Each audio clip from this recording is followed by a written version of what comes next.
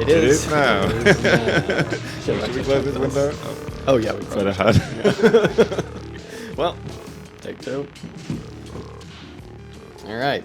Certainly gonna get hotter. So only gonna get hotter. All right, this is okay. Much like when we read the critique of the Gotha program, and we were just in a sweltering attic trying to get through that. That's got to be warmer than this, right? That was hot. That was very hot. I'm more uncomfortable now because I've been uncomfortable all day. Then it was just like thrown into an attic, discuss Marx, pretend like you know what you're talking about. Now it's like we're talking about anarchists, 3 days man. of discomfort. Yeah, exactly. Yeah, 3 days of discomfort. We're going to talk about anarchism, and we're going to talk about the impending ecological collapse as it was evident in 1979. Yeah, exactly. Apparently.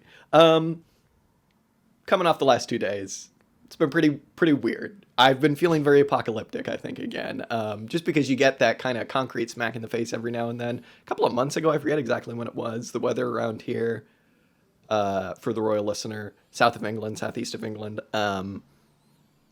strongest winds the UK had ever had, I think. It was like, where we are, it was like 80-degree winds. It was wild. 80-mile-an-hour winds. Oh, God, it's too hot.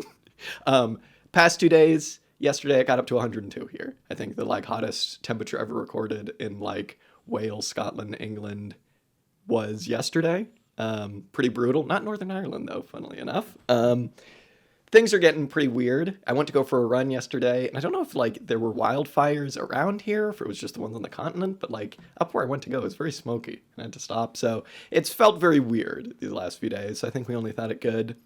We'll talk about some ecology and whatnot today. It's been sweltering. Brutal. It's been very close. Mercifully not horrifically humid. So there was that at least. It's funny that they've been talking so much about, because there was an incredibly warm summer in the 1970s here, the 1976 something, and they people keep bringing that up in the media and what have you. But all of these records that were actually broken yesterday, all of the records that existed prior to yesterday were all set in the summer of 2019 or something. Yeah, exactly. It's okay, and then next year we'll break this year's record, and the year after that it's climate breakdown is in evidence, I think, at this point. It is. Yeah, it definitely is. I've been wondering, I don't actually know anything about when sea level rises are supposed to, or expected to start happening. Hopefully not anytime soon. Let me get to terms with it being 102 degrees in England every now and then before we get to that. But absolutely getting more and more evident. And I felt a little bit of despair yesterday, I think, and maybe the day before as well. So, that's where we're coming off of. We've had this conversation before about despair and just sadness that you feel every now and then versus the get up and go I want to do something about this. And it's just constantly a trade-off. I think I've had to tell myself that there are just going to be times where you just feel like it's completely hopeless. And then you're going to come back and you're going to be manic and it's going to be oh my God, the class struggle is happening. Look at this. So yesterday was not one of those days. Well, I think this week we've discovered the king of get up and go. Murray Bookchin. Oh, sure. Once again. King. I mean, I only say that because he's a massive advocate of direct action. Yeah.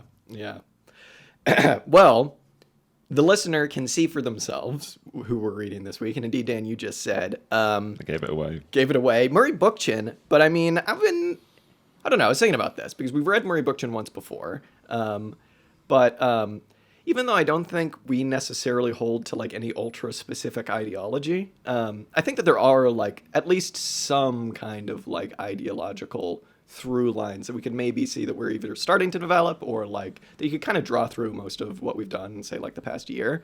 It might seem a bit erratic if you were to just look at it, but it all hopefully comes together in something resembling a coherent train of thought.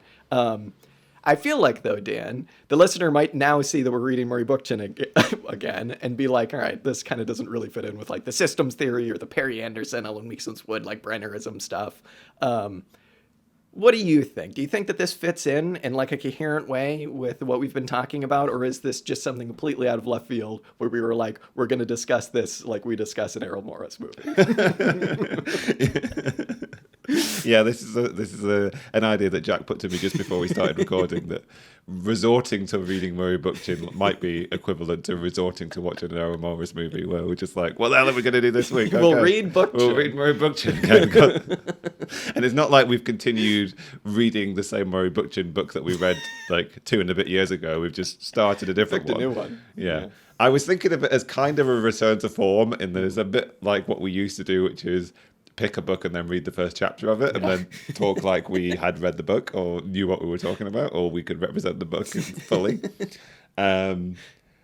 I was also thinking about it as a bit of a palate cleanser, you know. We're sort of like coming off of the back of, I don't know, maybe I don't know whether there's been, as you say, any kind of intellectual or ideological through line in the things that we've been reading. I don't think this is a break. I think this is just a little bit of Je ne sais quoi, just a little bit, once again, returning to a little bit of dabbling with our favourite anarchist friend. Yeah. So yes, there's a certain amount of just like, we'll just be a bit playful this week. We'll read some Murray Bookchin.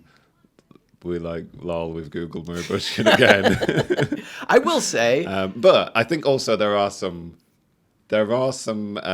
connections, I think, to be made, which I suppose we can get onto. But I think there are some connections, particularly to viable systems and this kind of thing, which and systems theory in general. With future with greater knowledge from us and having read other things in the future, I think you could. Oh my god! Just dropped my banana. Yeah. I think in the future we will reflect on this and be like, actually, there is some connection. Yeah, whatever. I think so. I mean, I don't know. We'll see. We'll get on to all of like what we read and all of this stuff here in a moment. But I'll just say it. The man rocks. This stuff rocks. It's very cool. I mean, we'll get on to our criticisms of like, you know, the old Mr. Bookchin here in a moment. But like, when I was reading this, it's like the leftcom stuff. You just get so excited when you read it. And then when you finish it, you're kind of like, oh, wait a minute. You know, but while you're reading it, like, it's so good. And I will say, other than all of the times that Murray Bookchin misses, he doesn't really miss. It's very, very good. There's a lot of like different layers to this. I suppose we should say what it is we're actually reading. It is classic Murray Bookchin text, Toward an Ecological Society. We read, it's just a collection of essays about, you know, ecology and sociology and anarchism and these kinds of things. We read the introduction, but we also read the first 2 essays, The Power to Create and The Power to Destroy. That was one essay. And Toward an Ecological Society, in which he's kind of putting forward various ideas of what he thinks we need to do, et cetera, how we're going to get there. A little bit of philosophy, a little bit of like kind of his brand of political theory, a lot of ecology, et cetera. Overall, I did really, really like this. Just like, it's the same feeling as when we read Murray Bookchin the first time. It's like, fuck, this rocks so much. It's like, okay, there are all of these holes with it, but like, who cares? This is just, it's extremely refreshing, I think is what I'll say. It doesn't feel academic. It just feels like the like dude from Brooklyn who's just telling you like how it is, man, and what needs to happen. And as you said, it's incredibly prescient. The first essay was written in 1979. The second one was like 74, 75, something like that. And dare I say, Dan, I think it's ahead of its time. It's very good. Yeah, I think I feel very similar to you in that I thoroughly enjoyed it.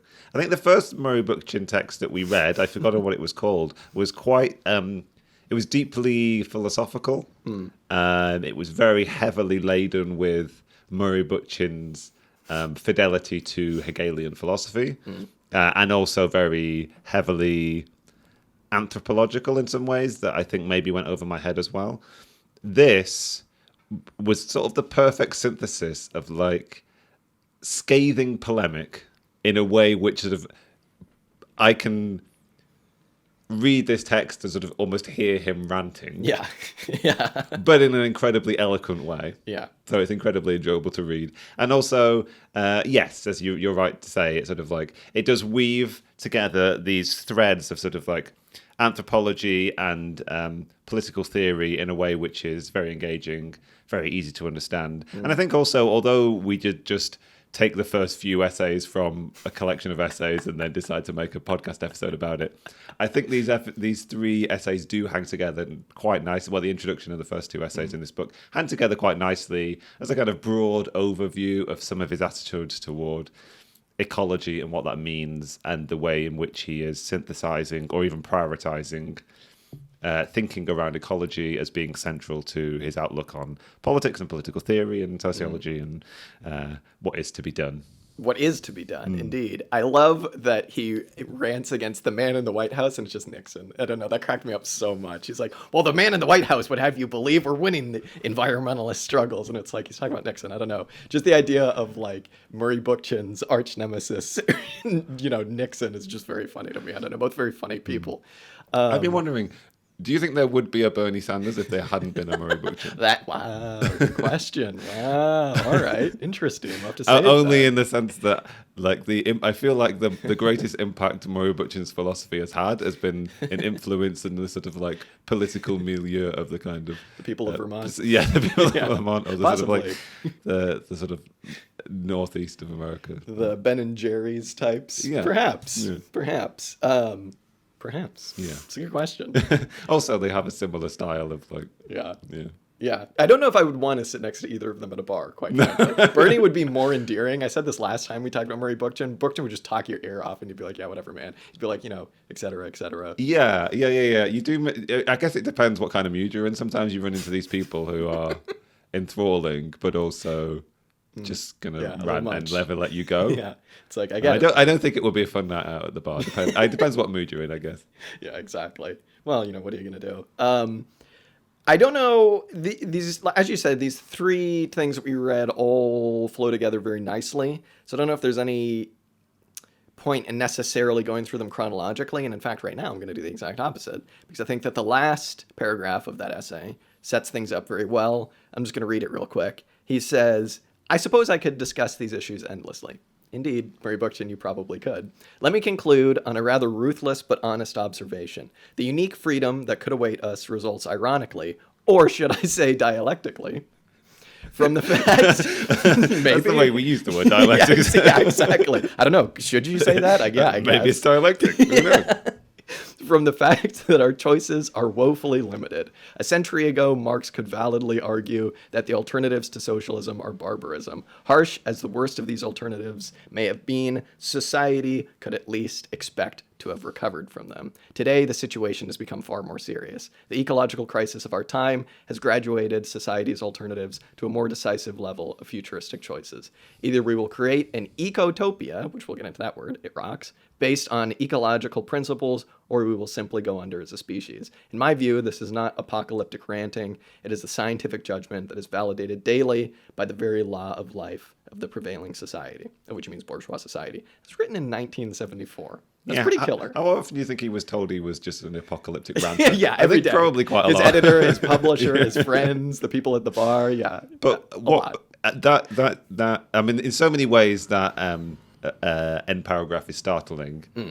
You're incredibly correct to point out that it was 1974, and I mean, throughout his writing, it's evident that he takes the ecological crisis very seriously, and he seems to be seeing things that, well, I suppose they must have been evident to experts at the time, but he was the first person to start to synthesize these ideas together and sort of try and popularize them, I suppose and suspect. I have no idea. But also, it's almost become a truism. It's almost become a bit trite to say that, like, once upon a time it used to be socialism or barbarism, and now it's just like socialism or death.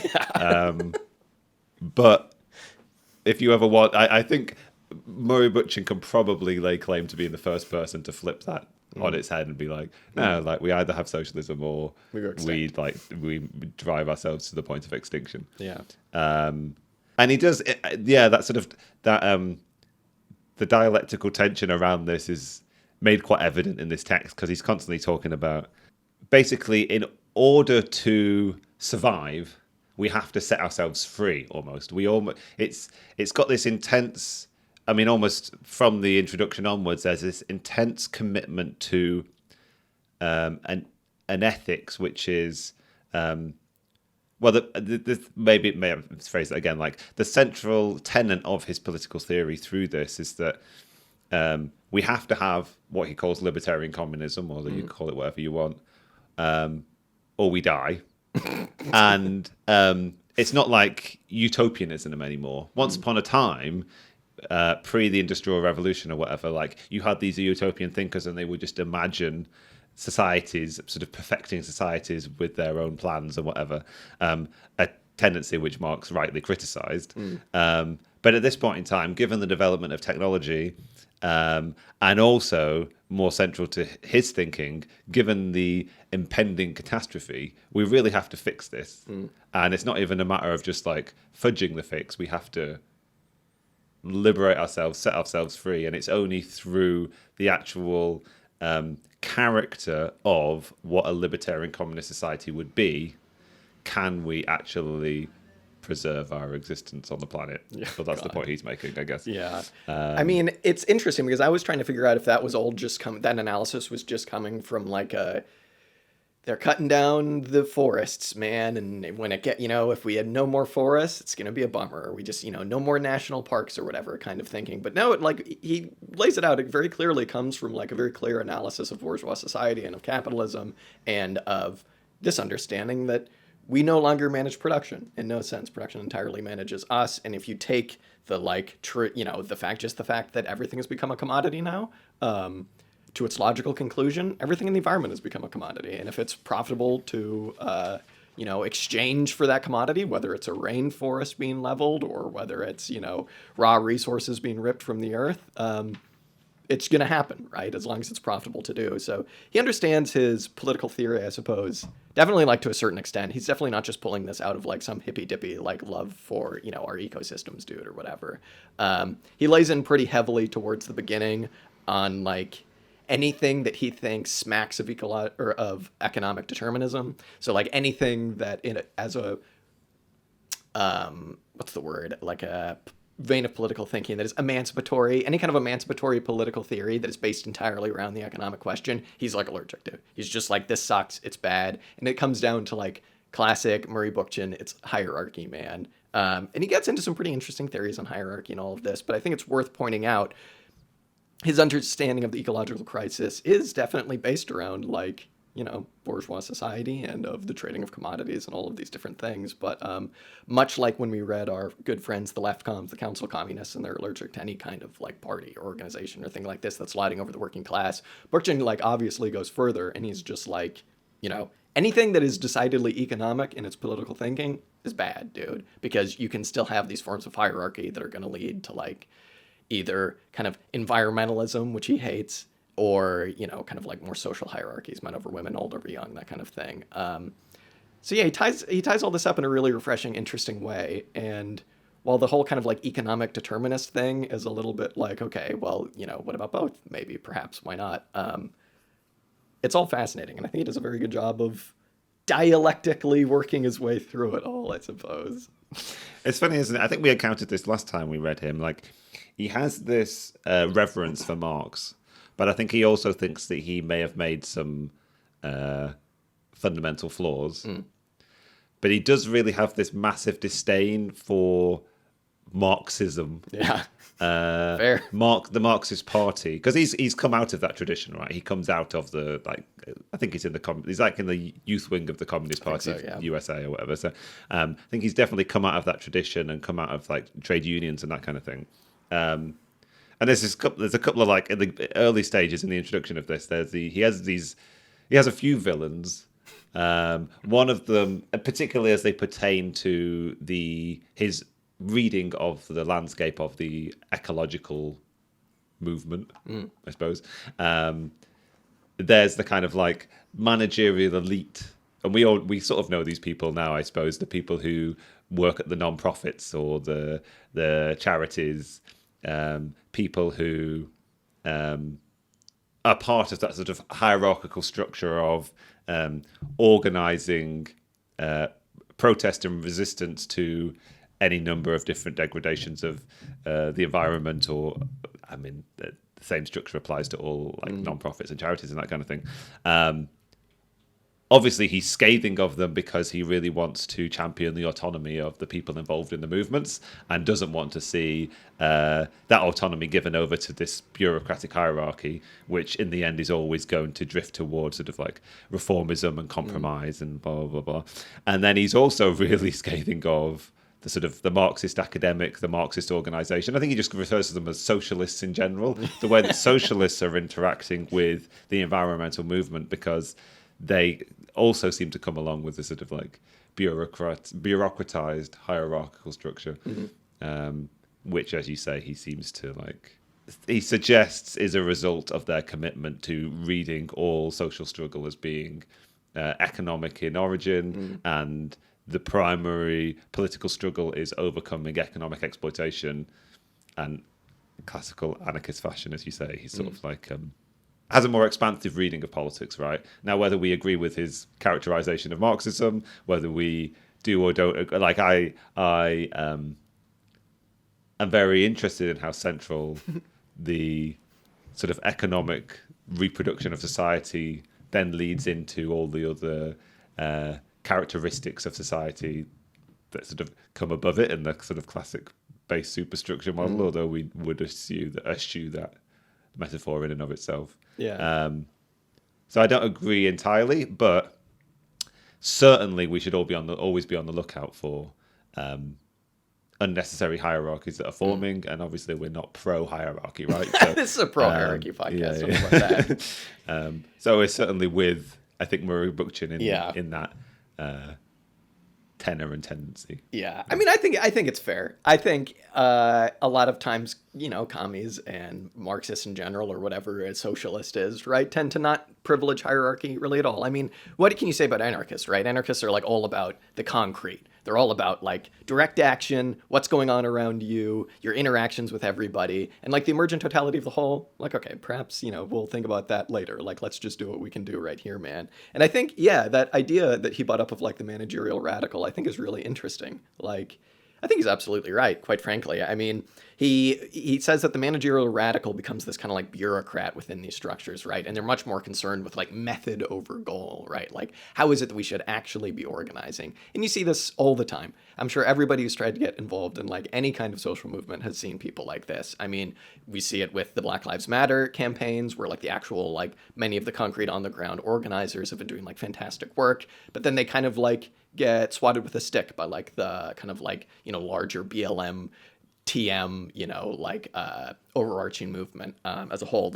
There was like very like this happened in Huntington Beach, classic. And this is like kind of where his kind of like anarchist theory of direct action, I think, directly comes from, because it's like you don't want to be concerned with the method. You want to be concerned with actually getting things done. And this is like the concrete, right? Like maybe a lot of Marxists do, whatever that means, like a lot of Marxists do privilege like, no, we need to build this party now. We'll start with me so that then eventually we can create this like emergent wing of the working class that does the revolution. Bookchin is just like, whatever, dude. I don't even want to think about that. I just want to set up soup kitchens and go like chain myself to a nuclear reactor. Well, that would probably be unadvised, but like, you know what I mean? Like, so it's interesting. I don't know. I never really fault people for thinking like this at all.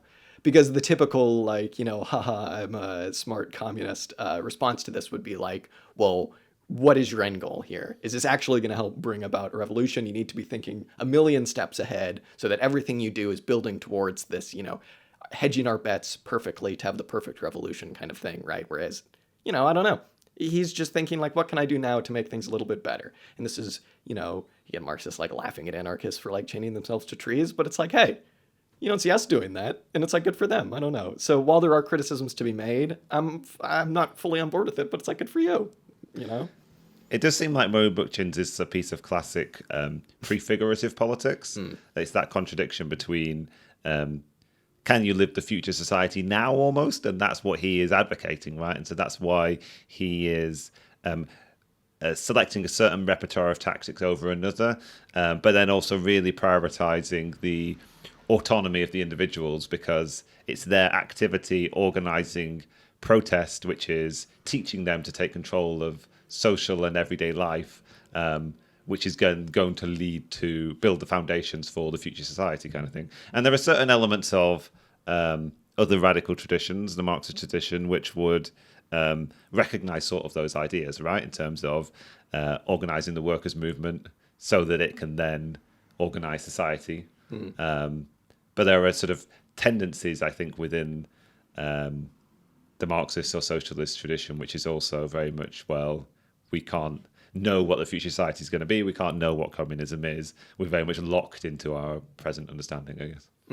Yeah, definitely. I like also what you were saying about the kind of like base superstructure kind of analogy that you get with a lot of like kind of, surface level Marxism, which I think is actually a lot more helpful than a lot of Marxists give it credit for, at least to just kind of like show people here's kind of what's going on a little bit, as an introductory thing. Like, he has this really interesting theories. He has interesting theories about where hierarchy came from, and it kind of transcends this base superstructure idea a bit, because he'll be the first person to tell you capitalism, it like thrives on the kind of hierarchy, like the patriarchy, like men over women. It thrives on old over young. It thrives on all these different things, on, structural things like, worker, supervisor, manager, et cetera, hierarchies like that. But he also says that hierarchy came well before capitalism, and he's like, you would just be wrong to think otherwise, because he's like, just look like feudalism, men, had this hierarchy over women, and it happened before that. He kind of takes it back to like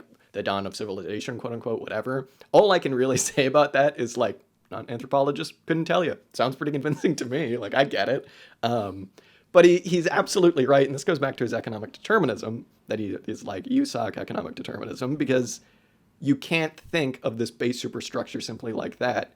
Like, patriarchy comes because capitalism, class society, et cetera, et cetera. He's like, dude, you could set up a like economically just, quote unquote, like society and still have all sorts of hierarchies. And that's absolutely true. Like, I don't know. I would suggest people read Murray Bookchin just for that idea, because you could totally set it. I mean, the Soviet Union had the bureaucratic caste. That was a hierarchy. Like, we have all of these hierarchies that aren't just going to go away at the snap of a finger, right? If you could do one thing to help, it would probably be getting rid of class society, but, something to keep in the back of your mind, revolutionaries, I guess. Yeah, I think we would be the first to champion looking at the uniquenesses of capitalism in order to overcome it in some ways. Not reading capitalism back into the past, into previous modes of production. But at the same time, it's very definitely the case that if you just took capitalism as your model and were like, okay, here are all the inequalities of capitalism, here are all the things that result from our understanding of this economic model, let's get rid of those. But as we all well know, there are many forms of oppression which pre-exist capitalism, ones which capitalism got rid of because they were unnecessary to it, ones that kept around because they were necessary to it, or it didn't care about either way, I suppose. But you very much do have to look all the way across history to have a full understanding of the history of human beings' capacity to repress and exploit others. And I mean, Marx sees that, right? Like, I don't know, the history of all of the two existing societies is the history of class conflict, right? There have always been oppressive classes, oppressive castes. There's always been various forms of exploitation in one way or other. And Murray Bookchin gives a very classic explanation of that. And what he does in a really interesting way is to sort of tie that into the ecological crisis, right? And his one of his axioms, I suppose, is that the exploitation of the environment by man is a direct result of man's exploitation of man. Those are the kind of... I've adopted his gendered language because that's the one he uses, although he is very careful in the way that he uses sort of... But then he says that comes from man versus man. But then it becomes the sort of like... But one of his initial steps in that process is the exploitation of women by men, the exploitation, or the sort of like dominance of the old over the young kind of thing. So there are these sort of like hierarchical structures that creep in with the sort of advent of settled farming and the Neolithic Revolution, that old bugbear of ours. And there's a lot of overlap with the Marshall Solons here, right? There is. And other sort of readings of this sort of like anthropological process of the development of quote unquote like civilization and the sort of growth of the size of human populations, the size of their settlements, the types of their agriculture, the development of their technologies. And written into that that description of technological advance is also this sort of like advent and advance of new and more complex forms of exploitation that come as part of that process. What's really interesting about his analysis is that it doesn't then make him some kind of primitivist. He's not like, okay, it was the hunter-gatherers that had it right, and Well. well, yeah, we don't know. I don't know whether we agree with this point, but it was the sort of what they called immediate return hunter-gatherers that had this right, and then after the fall of the Of the plow, sort of Neolithic revolution and the advent of the plow and the wheel and what have you, that was the collapse into oppressive class societies, and we should just go back. His is almost, and he seems to there seems to be another parallel with Hegel here, right? Hegel has this idea that, well, I'm quoting Bookchin, quoting Hegel. I don't have any authentic original knowledge of Hegel, lest anybody be confused. I learned all of my Hegelian philosophy through Murray Bookchin, okay? But he talks about Hegel suggesting that for human beings to become fully what they were able to be, they had to like be kicked out of the Garden of Eden. Yeah, that was fascinating. And his take on that is very similar. Like, there is this necessary arc that goes from the advent of agricultural society and the sort of nascent types of exploitation and oppression that come along with that, and we sort of go through this process. It's almost a bit teleological in some ways. We go through this process of all of these stages of class exploitation, but they get us to and sort of the growth of technologies as well. But they do also get us to a point where, well, it's a transition for him from human beings existing in some kind of synthesis with nature, and then as quote unquote man learns to exploit man and man learns to exploit women and this kind of thing, we also learn to exploit nature, or start to exploit nature. And it's only when we get back to the point where we are able to live in synthesis with nature once again will we have entered the sort of realm of freedom, I suppose, which he thinks is so necessary because otherwise we all die. Yeah, otherwise we die. Yeah, I remember thinking last time we read Murray Bookchin that I almost thought that he was like, he came across as a bit of like a technological determinist in some ways. But it's interesting the way he talks about technology here, whether it's like the Neolithic Revolution or these various things that have kind of, inventions along the way to get to now. I really thought it was interesting the way he spoke about like using technology in an ecological society, because, well, I don't know, maybe we should back up a bit, because first we should, I suppose, we haven't said this now, 30 minutes in, the point of this book is to put forward a radical ecology, right? Like, duh, like that's what he's trying to do. And I found like 4 different things that he tries to put forward as necessary for radical ecology. One's just decentralizing. We'll get into what that means. Because it isn't just like scatter everybody around everywhere, dude. Re-regionalizing like food production in a way that makes sense. 10 stars, thumbs up. We like that, Murray Bookchin. And then diversifying technology and scaling it, which I'll come back to. But then also like this idea of like direct democracy, face-to-face democracy. And they all kind of tie together in this nice, neat little package. And this is how we're going to solve the ecological problems, right? But the idea of like diversifying technology I really thought was interesting, because he doesn't come across as this just like Luddite prick, right? He's not like, we need to go burn everything down, all technology is bad, man. But he's basically just making the point that like the technology that we have now is not being utilized in a good way. So he's basically saying we need a like people's technology. We need to scale it back down to like understandable scales. This gets into his like Hellenic direct democracy ideas. And we need to diversify it. And again, I think this is all just like an easy to understand kind of like fancy way of saying like technology for utility and not for exchange, not for like, production for exchange, things like that. And I think once I understood all of these ideas, I was like actually pretty taken with it. And like his history, his anthropology, all kind of does come back to this interesting point. I would wonder, like, you said that it is bordering on teleology, and I think I definitely agree, but it's also like, there is room for like, as long as we get out of the Garden of Eden in his like anthropological history, as long as we stop being hunter-gatherers, it's like anything can happen in between then and like now when we need to do the socialism thing or the anarchism thing or whatever. It doesn't really matter what it was. It's all hierarchy. It's all bad. It could have been like absolutism. It could have been this mode of production. It could have been that. But it did lead us to this point where now everything is built up. We have this capitalist thing that's allowed us to build up the productive forces to the point where, okay, now we need to think about changing everything. But yeah, having said that, radical ecology, I think I'm on board. I think I'm fully on board. Yeah, the technology stuff is interesting. I suppose maybe it makes sense to go just into like the direct democracy stuff, because it's weird. He talks all about how he isn't a like let's not look to the past or anything. We need to create something completely new. But then he comes out and is immediately like, but having said that, like, what were the like Greeks doing back in the day with their direct democracy, which I thought was very funny. Yeah, what about the town hall meetings of the 17th century or 18th century America, Yeah, it's like, wait a minute, who was working in the fields? Wait a minute. I think one point on technology, which also applies to the kind of like direct democracy, decentralization question, I think what he seems to be implying also, and was implied in what you said, is that technology also ought to be made comprehensible to people. It ought to be like democratically accessible.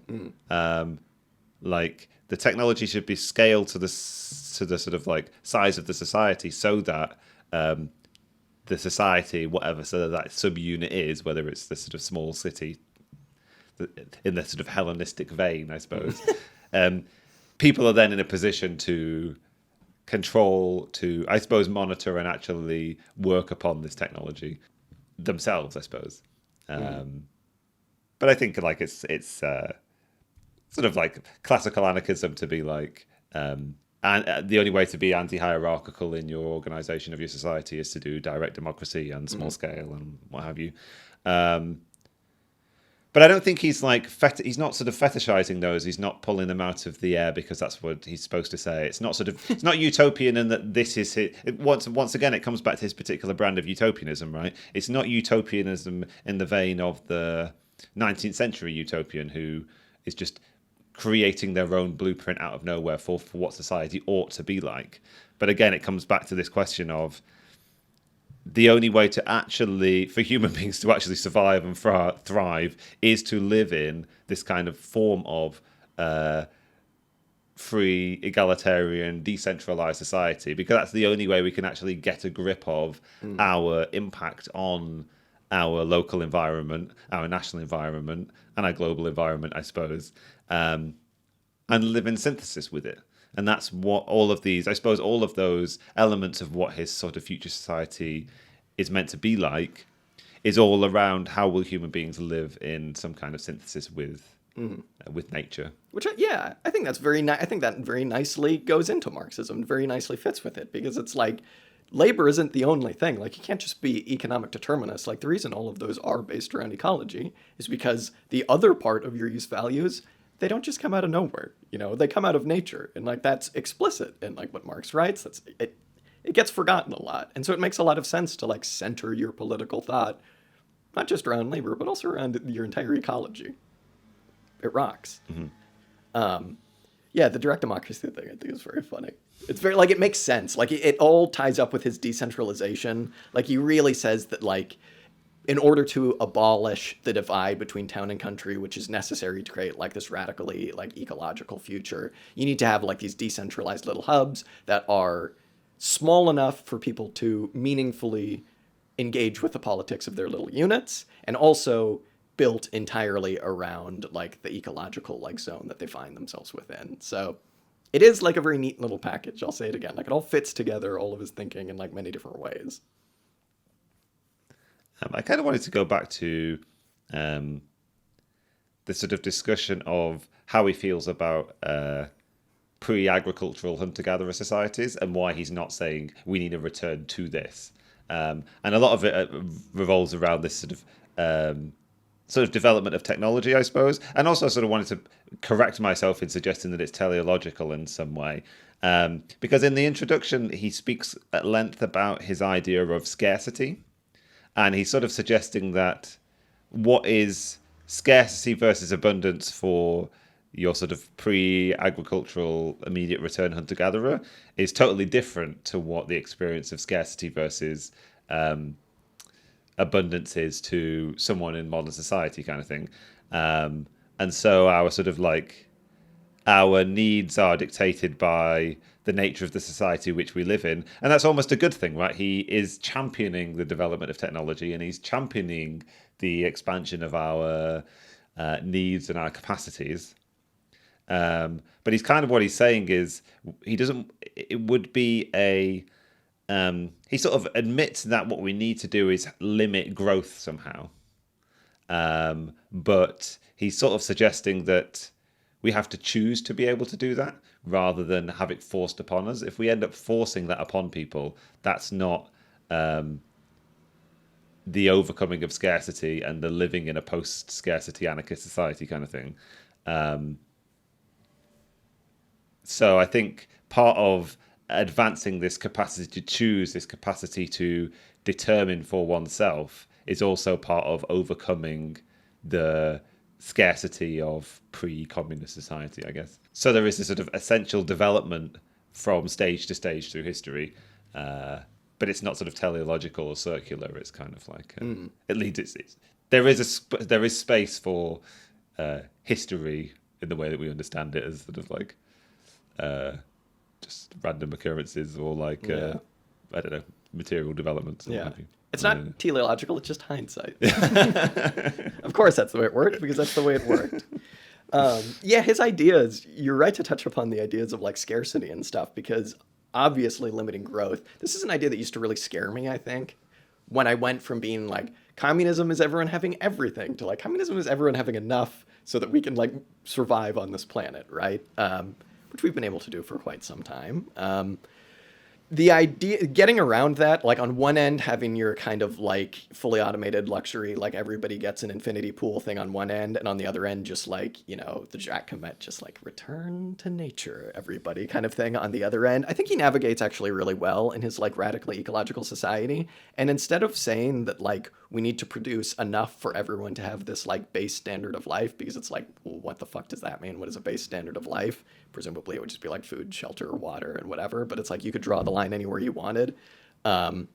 He ties it into like, we need to produce enough for everyone to have that base level of life, but we need to like tie it directly to a level of production that would, a maximum amount of production that would still allow everybody to be involved meaningfully in the political and like productive processes that go into that, which I think is a really interesting way of thinking about it. Like, again, for him, he's the anarchist. It's all about the concrete, everybody on the ground being able to like, you know, meaningfully exert, you know, one person, one vote, that kind of thing, like literal direct democracy. And for him, that's what needs are tied to, not this idea of like, everybody gets a nice apartment, enough water, enough food, a little tiny like Fiat, and like maybe a TV, and that's enough. It's not like a weird like base level that some elite is deciding for you. It's a lot more natural, and it's a lot more like, well, we can't go any bigger than this, because if we go any bigger than this, we're gonna have to have like a planned economy, man, and who's gonna do that? It's interesting. It's an interesting thought. Yeah, it seems definitely to be from each according to their ability to each according to their need. And he has this nice line about like, in sort of contemporary society, we're all treated as equal, but we're sort of unequal in our equality kind of thing. Whereas he'd like to flip that and be like, recognize there's a degree of inequality between us in our capacity to work or what have you, and make us all equal in the face of that kind of thing. But yeah, it's not a UBI. It's not a I don't know. Yeah, exactly. I do like this idea of, that is a very easy way to say this is how we abolish town and country too, because it's like tied in with that. There's also the ecological idea of re-regionalizing food production, not only just because we don't want to waste. You don't want like a banana coming from like 3,000 miles away, you know what I mean? Just to be wrapped in plastic in America and then sent to the UK or something like that. Like, it isn't just about waste. It's about what actually makes sense. And it's an interesting way where a lot of Bookchin people will probably be like, it's just a cool way of like getting back to nature, man, being more like in tune with your local ecology. But for him, it's much more practical. It's like, oh no, you need to understand what you can reasonably grow and regrow without just depleting the soil or et cetera, where you live, and not try and like force something horrible. Like, if you go on Google Maps right now and you look at like the south of Spain, easily from space, you can just see like miles and miles and miles of just plastic, because those are just the greenhouses that they use in the south of Spain, and they pay people like €2 every like 8 hours or whatever. And it's just this like disgusting farm where they grow like old chilies for everyone in, you know, like Europe. And it's like, okay, that's what we need to get away from. So this gets into Dan and I's love of like actual, you know, understanding how we can sustainably farm and stuff like that. But it also ties directly into production and directly into this idea of direct democracy. I keep saying it, but it all comes together very neatly. This is why we wanted to read this book, because we wanted to have our sort of like proto-hippie-ish tendencies confirmed to us so that we could slide further into the path of like, okay, let's grow all over. Have we spoken about no-till farming? I've been thinking of you've been talking about his reverence for the environment. We love it. And kind of what it means for human beings to live in harmony with the environment. And one of the things that was really interesting that he was championing was a kind of like reverence for ecological systems' ability to find solutions to their own problems. It's almost like you've got to sort of like champion the sort of harmonious balance of nature, because that's what we live in.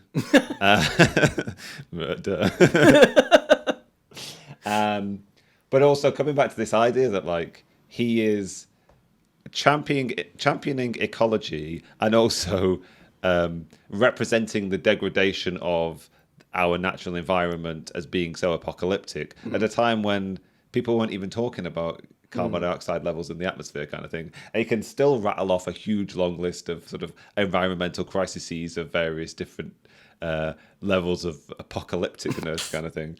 But a lot of it just comes down to like a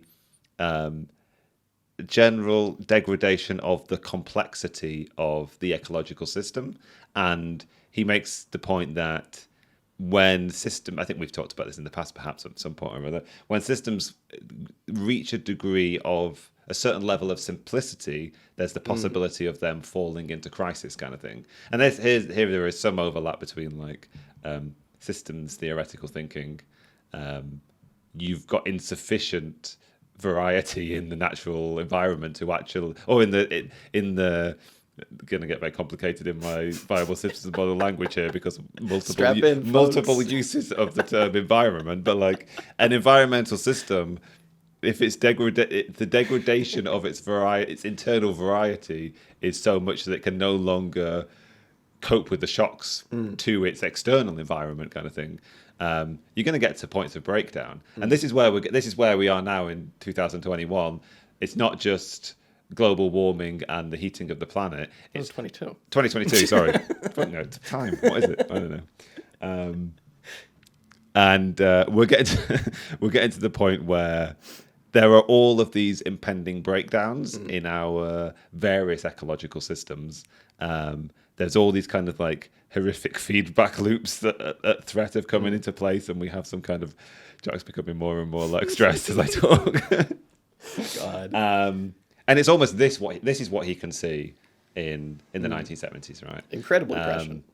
And one of the things that I really find interesting is like he's got this line which is a bit terrifying where he talks about human beings now being in the position where they're actively undoing the work of organic evolution. Yeah. Like we're actually reducing the evolutionary diversity of this planet rather than allowing it to increase, because if we allow it to increase, we sort of like make it more resilient and stronger kind of thing. Yeah, it's pretty terrifying. It's pretty terrifying. Yeah. And I think I'll tell you, well, I was just going to say, I'll tell you where I think we talked about this before is in Social Contagion. Because when we talk about Schwang, this was like one of the reasons when they talk about, the fucking real and formal subsumption of plagues, they talk about real subsumption of plagues as going in. Of plagues. Yeah. As going into like a rainforest, killing everything off so that there's no variety in the rainforest anymore. So like a duck walks by you and gives you like COVID-19 or something like that, right? Like obviously more complicated than that. It's the destruction of variety that otherwise in an ecological system would protect you from like unwanted plagues. The one sentence that he uses to sum it up is natural diversity is to be cultivated not only because the more diversified the components that make up an ecosystem, the more stable the ecosystem, but diversity is desirable for its own sake, a value to be cherished as part of a spiritized notion of the living universe, whatever. But basically, like the point that he's making, and I think he uses an example that we've literally come across this exact example before, either in Schwang's Social Contagion when we're talking about COVID-19, or in one of the various Stafford Beer related things that we've done, of a tundra or a desert, because it's like those are systems with not much variety in terms of the food chain. So it's like if you go to the tundra and you remove like, I don't know, like the rabbits all die off, some sort of like human-related rabbit cancer or something like that. Well, then the foxes can't eat anything. And then what eats the foxes? I don't know, like the birds or whatever, or like the bears. Then all of these things die off because you removed one thing. It's like also like the example of a forest, you take out the deer, or you take out the wolves and then the deer eat everything. And now the forest is just depleted, whatever. They're not eating trees, they're eating grass. But it's the same thing. And he's basically, this isn't a moral argument, which is probably what you get from a lot of like Bookchin-inspired people about like, we love the environment, dude. Listen, Dan and I love the environment, dude. It is the best possible thing, but there's also a very practical element to this where it's like if we remove all of the variety from the ecosystem, you're going to get plagues and everything's going to fall apart immediately. Jack and I want to maintain our status as viable systems, and so we are quite dependent on a stable environment to that extent. Yes. Yeah, exactly. Yeah. It's so funny, though, because this is like, oh, he's almost there. He's one of these people that's just like almost there, you know what I mean? Because it's like, give this man Stafford beer and he would be a god. He would understand everything because like, okay, man, I'm fully on board with the like radical ecology of getting rid of town and country and decentralizing and direct democracy and all of this. But it's like, okay, let's just draw out the like re-regionalizing food or whatever like that, or resource extraction. Typical anarchist falling point, I hate to say.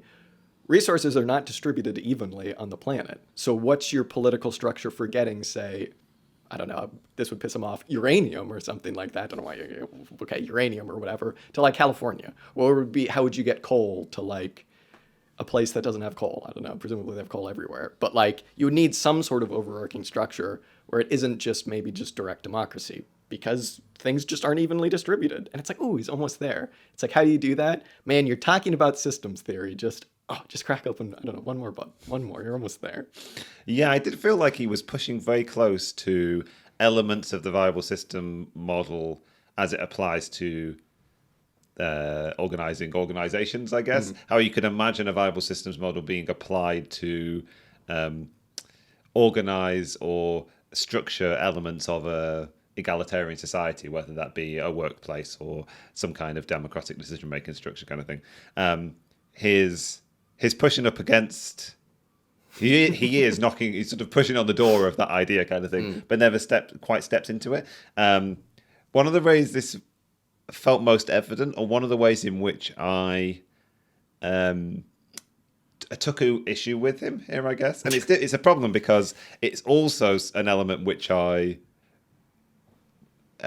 of his thinking which also made this book really thrilling.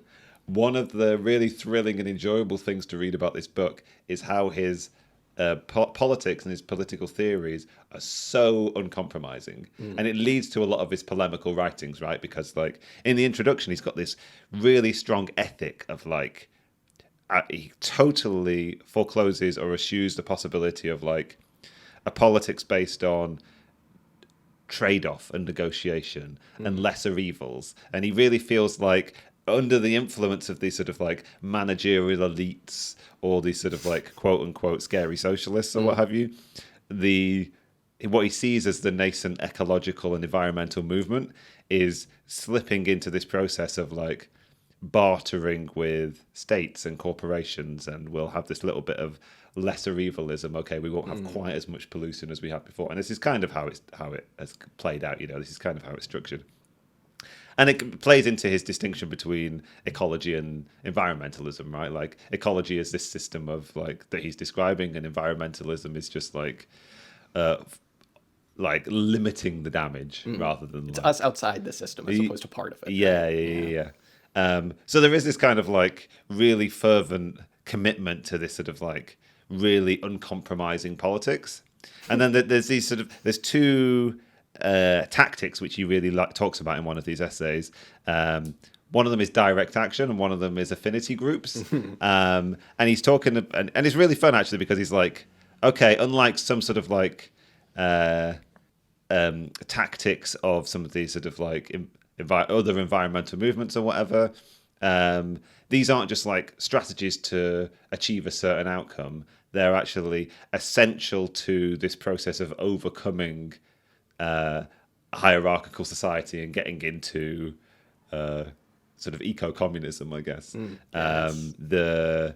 the activity of direct action is not just because it's most efficacious in that one particular protest movement, but because it actually teaches people to be autonomous and think for themselves and realize they can actually take action in the world, which is quite enthusing. And the same with affinity groups, right? It's like the affinity group is not just like something that forms itself for one particular action, then it disappears and it's just like most appropriate to that thing. But it's actually the basic building block of like building a new societal structure based on new types of relationship. But the problem I had was like, how does this scale, right? Because this is kind of what we've experienced of the past 40 years of sort of like anarchism and environmentalism and sort of like the sort of alter globalization stuff. You know, it's all kind of like affinity groups and like small scale and like we'll build up kind of thing. And I suppose it's sort of like, I mean, you could keep making the case that this is just what you have to do, and maybe at the time this felt more tenable, but now it's hard to imagine overthrowing capitalism predicated on a sort of ever proliferation of anti-societal affinity groups and a greater and greater commitment to direct action. Yeah. Although it's funny though, because we're in a time when, like, to be the devil's advocate, you know what I think, Please. But to be the devil's advocate, all of the strikes that happened during COVID, at least in America, had nothing to do with the left. You know what I mean? They just weren't involved at all. It was just people who were like, fuck, work sucks. Wait a minute, I've like my labor power is worth more now. I'm going to go on strike. So I don't know. Yeah, you know, maybe. People will do things in their best interest. Yeah, maybe the communizers are right. Oh, no. Oh, God. We'll just have the insurrection. Yeah. This all reminded me of the classic group of international communists answer to scaling up, which is just cascading system of councils. Dust your hands. It's done. Okay. All right. It's better than this. It's better than just being like, yeah, I don't know. Or just not mentioning it at all. Not mentioning that you're going to need some sort of like organization above all this. What are you going to do? And I was also thinking about London as a city of like 20 odd million people and just being like, yeah. Anyway, this is a question for another podcast. What to do about London? Yeah, what to do. We know what to do about London, Dan. I saw a headline. There were a bunch of fires all around, brush fires, and like flats catching on fire over the last few days because of the heat and stuff. It's a headline that was the most British way of phrasing this. It was firefighters busiest they've ever been since World War II. It's like, that's an odd metric. That's like, so like, how can we relate everything to Winston Churchill? Yeah, that is the most sort of like British tabloid headline. Yeah. What are you going to do? I think if you're a Marxist and you read this and you don't learn anything, you're a prick. I'm going to say it. And I think, obviously, like, if you're an anarchist and you read, like, something that we like, something, I don't know, Group of International Communists, Capital, something like that, like, and you don't learn anything, you're also a prick. But, like, this stuff is so necessary, I think. And I think we need a lot more people who frame front and center the ecological crisis.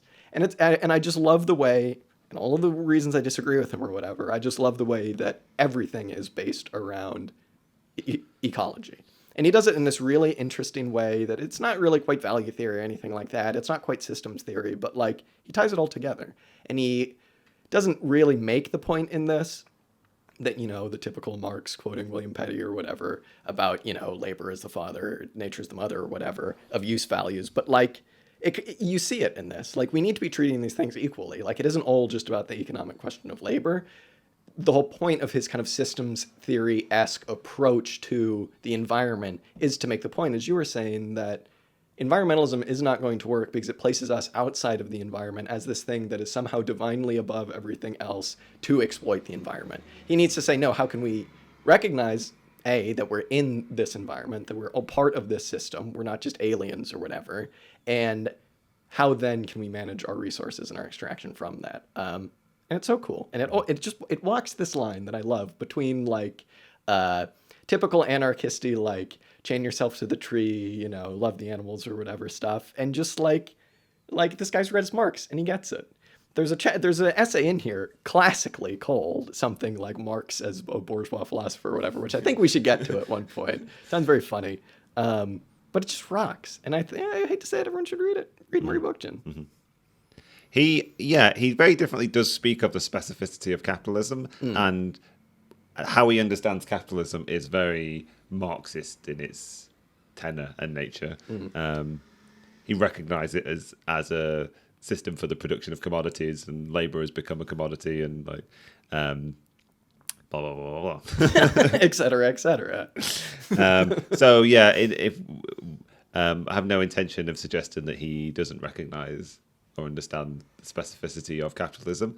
And he also has this great line of like, contra the sort of like environmentalist movement, which doesn't recognize that we need to remove capitalism to actually solve the ecological crisis. Rather, he's just saying that like, you can no sooner ask people who live under the capitalist mode of production to stop expanding values, I suppose, then you can ask a plant to stop photosynthesizing, kind of thing. It's just what the systems do. The purpose of the system is what it does. Exactly. And it's funny because you would expect the opposite. You can't stop capitalism from destroying the environment. Exactly. And that's just like this weird breath of like emergence, which I think is very funny, because I think a lot of anarchists would just be like, go shoot the dude with the tie working at the bank or whatever. You know what I mean? That's unfair, but you know what I'm saying. It rocks. Murray Bookchin. The cover of this book, Dan, we haven't talked about it yet. Yeah, do you want to, yeah. I just love the genre of book covers that's like post-capitalist farms in the middle of high-rise buildings. I just love it. I mean, none of them are like high-rises. There's like a windmill next to like a 5-story apartment flat. And there's like an orchard. They've all got like solar panels on. And some of the houses have got like geodesic domes on them. And like clearly they're sort of like buildings of very different multiple uses. There's like an observatory. There's a guy like striding across the street. Look at this guy in the bottom corner. It's just like... he is the king. He's very cool.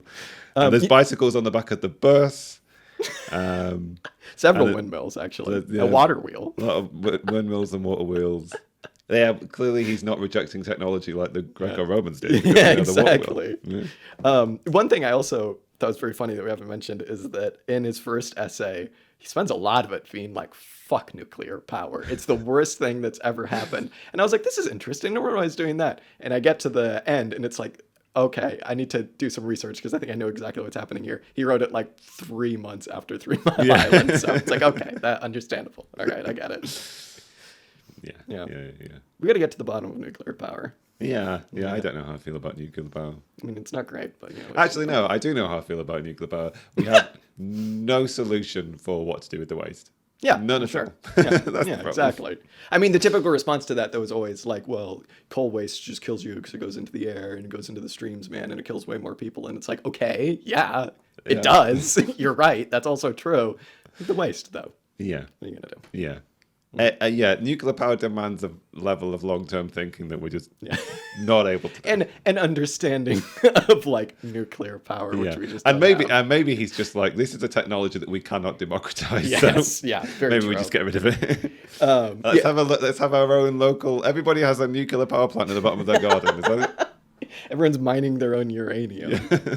That's the typical, like, I'm a prick communist on Twitter response to, like, troll an anarchist is to be like, well, how are you going to manage a nuclear power plant without hierarchy? And it's like, yeah, okay, thanks a lot, dude. You're being really helpful here. Something else I wanted to say on that. Oh, I'm a loser. So the other day when I should have been working, I found a website where you can just go and look at all of the active power plants and what type they are, et cetera, where I come from, back home in the States. And it tells you their output in like megawatts, et cetera, et cetera. And it's very funny because like you click on a solar farm and it's like, oh, it does pretty good. And then you click on like a natural gas plant and it's like, it does 1,000,000 times better than that. And then you click on a nuclear power plant and it's just like, fuck it, like all of this combined. It's insane. They're pretty productive. That's why people like them, I guess. Okay. So, yeah. Be nice to your anarchist friends, because they are your comrades. I thought you could say be nice to your environment. Also be nice to your environment. I, for one, am sick of this division, Dan. I think we need to squash the Bakunin and Marx beef here on the show once and for all and say, welcome back, friends. Yes, enough water has gone under this bridge, I think. One of my funniest interaction with the kind of like typical anarchist type group is during the Occupy protests. I went down to Occupy LA a couple of times just to see what was going on. And it was pretty much by the point that I got there, a lot of smelly people eating porridge in like tents and hanging outside of like City Hall or whatever. But the funniest protest sign I've ever seen, I saw this dude just like sprawled out on a hammock, and above him it just said "fuck soy," and I was like, all right, that's what I'm here for. Fuck soy. All right. He's the soy guy. He's the soy guy. Where's the hemp guy? Yeah, exactly. The hemp guy. We got to talk about hemp. Why did Bookchin not talk about hemp? All right.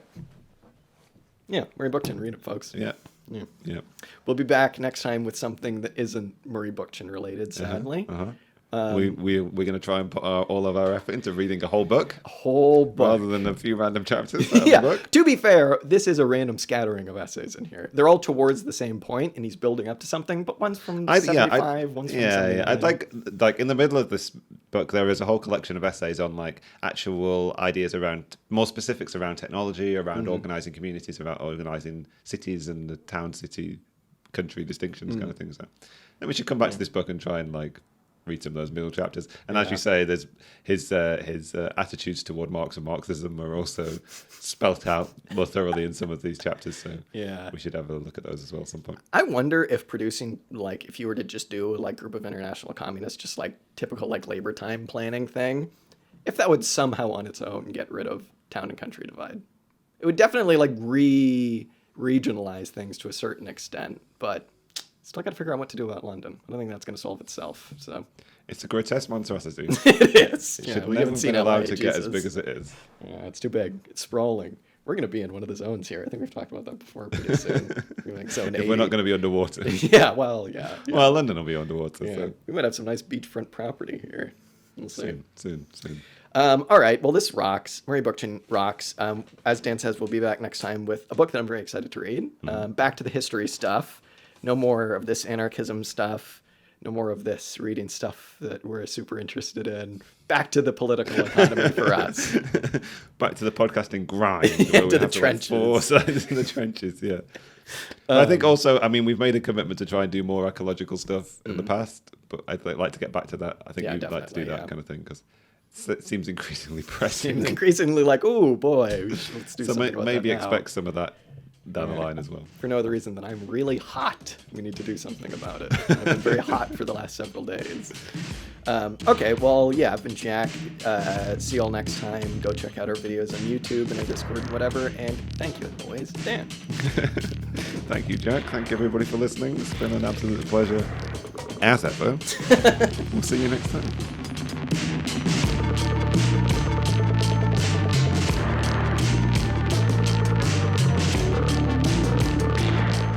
The music you heard this episode was Music to Kill Bad People To by King Gizzard and the Lizard Wizard. If you like this song, you can check it out and much, much more on their Bandcamp at kinggizzard.bandcamp.com.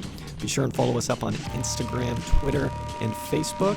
And if you like what you heard, be sure and tune in next week for some more commie discussion. Till next time.